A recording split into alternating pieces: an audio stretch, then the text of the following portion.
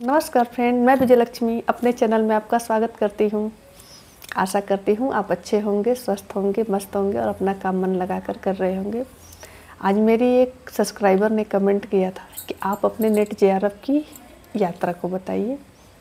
तो मैं हर एक व्यक्ति का ध्यान रखती हूँ और जिन्होंने कमेंट किया है उनके लिए मैं ये वीडियो शूट कर रही हूँ, आप ज़रूर देखिएगा। तो मैं आपको जीरो से बताती हूँ कि मैंने कैसे किया। मैं एक हाउस वाइफ हूँ, होम मेकर होकर भी मैंने जेआरएफ तक अपनी यात्रा की है। आप भी कर सकती हैं, बस कुछ बातों का आपको ध्यान रखना पड़ेगा और जैसे मैं बता रही हूँ वैसे आप कंटिन्यू कर दीजिए। 1 साल 1.5 साल में आपका जेआरएफ हो जाएगा। तो शुरू करते हैं पहली बात पर। पहली बात मन में ठान लीजिए, ये मेरी पहली बात है कि एकदम जुनून की हद तक आपको तैयारी करनी है तो करनी है। ये पहली बात है कि कभी भी जब समय मिलेगा बस पढ़ना है, क्योंकि ये परीक्षा थोड़ी कड़ी होती है। नेट तो हो जाता है, जेआरएफ के लिए ज़्यादा प्रतिस्पर्धा होती है, तो थोड़ी आपको मेहनत ज़्यादा करनी पड़ेगी।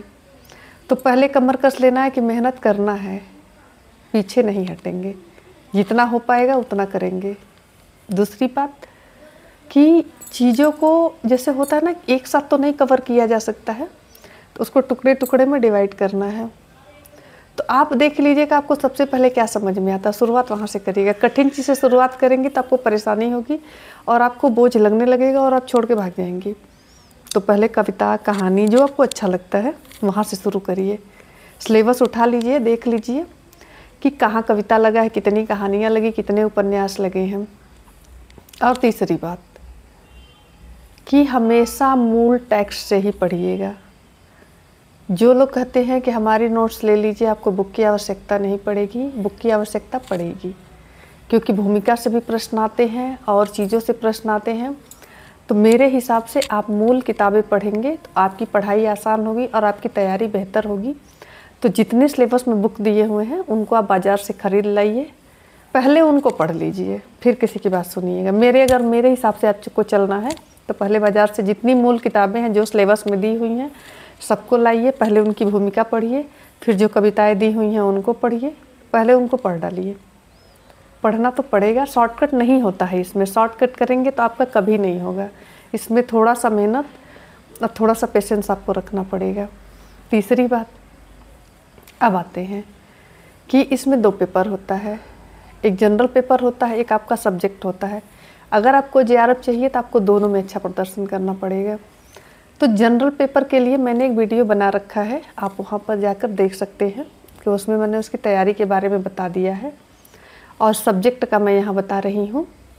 तो सब्जेक्ट के लिए आप कविता को लाइन बाय लाइन, कहानी को लाइन बाय लाइन, एकदम एक को लाइन नहीं छोड़ना है, सब पढ़ जाइए।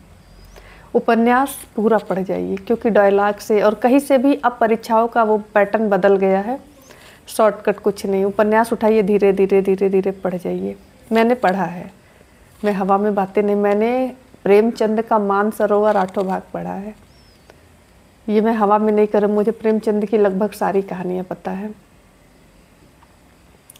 तो पढ़ना पड़ता है और इसका कोई विकल्प नहीं है। आपको जब समय मिलता है तो अगर जैसे बहुत वैसा माहौल है तो कहानी उठा लीजिए, क्योंकि कहानी आप पढ़ लेंगे, और उपन्यास उठा लीजिए, फिर कविताएं उठाइए।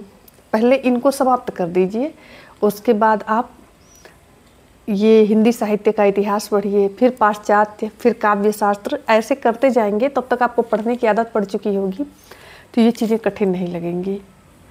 और इसके बाद हिंदी साहित्य का इतिहास, रामचंद्र शुक्ल, बच्चन सिंह, रामस्वरूप चतुर्वेदी की किताब, और एक किताब है हिंदी साहित्य का सरल इतिहास। पतली सी किताब है लेकिन बहुत अच्छी बुक है। ये सारी किताबें आप खरीद लीजिए जाकर हिंदी साहित्य का इतिहास पढ़ने के लिए। तब जाके जब पढ़ेंगे आप तो आपका कवर होगा, क्योंकि उसमें से वो कोटेशन पूछते हैं और चीज़ें पूछते हैं। तो आप अगर शॉर्टकट अपनाएंगे तो आपको प्रॉब्लम होगी। तो जेआरएफ चाहिए तो आपको थोड़ी मेहनत करनी पड़ेगी। और इन सब किताबों को पढ़ने के बाद तब किसी का नोट्स अगर चाहे समझ में आए तो उठाइएगा, और नहीं तो आपका काम चल जाएगा। और इस यात्रा में आपका अगर मन से पढ़ेंगे तो 1 साल पूरा लगेगा। लेकिन 1 साल अगर जैसा मैं बता रही हूँ आप एकदम मन से ध्यान से पूरे सिलेबस को कवर करेंगे तो परीक्षा में बैठेंगे तो आपका सिलेक्शन भी तय है, आपका हो जाएगा और बहुत अच्छे से हो जाएगा। रही बात कि आप अगर हाउसवाइफ हैं तो उसके लिए आप क्या करेंगी, एक और उपाय है कि बहुत सारे लोग यूट्यूब पर जैसे कहानियाँ पढ़ पढ़ के बताते रहते हैं। आप अपना हेडफोन लगा लीजिए कान में और सुनते रहिए, काम करते रहिए। इसमें आपकी कहानियाँ कवर हो जाती हैं, कविताएं कवर हो जाती हैं। ये चीज़ यहाँ से आपका उपन्यास तो बड़ा होता है, आपको खुद पढ़ना पड़ेगा, लेकिन कविता और कहानी के लिए आप इसका सहारा ले सकते हैं। तो थोड़ा सा आप सिलेबस आप काम करते हुए भी पूरा कर सकती हैं, तो चीज़ें आसान हो जाती हैं। तो अगर किचन में काम कर रही हैं, अगर हेडफोन किसी अच्छे कंपनी का जिसे सर दर्द वगैरह ना हो, या अगर शोर नहीं है, कोई है नहीं, तो वो छोटा जो स्पीकर आता है उसमें भी आप सुन सकते, धीरे धीरे चला दीजिए, सुनते रहिए, काम करते रहिए, तो कहानी और कविता आपका यहाँ से पूरा हो जाता है। तो यहाँ से थोड़ी मदद आपको मिल जाती है। बाकी जैसे समय मिलता है थोड़ा थोड़ा पढ़ते रहिए, मेहनत करते रहिए और आपका भी हो जाएगा। मैंने भी ऐसे ही किया है। तो जो मेरी यात्रा थी वो मैंने आपको शेयर कर दिया। फिर कुछ पूछना होगा तो आप कमेंट करिएगा, मैं आपको ज़रूर बताऊंगी। मिलते हैं अगले वीडियो में, तब तक के लिए नमस्कार।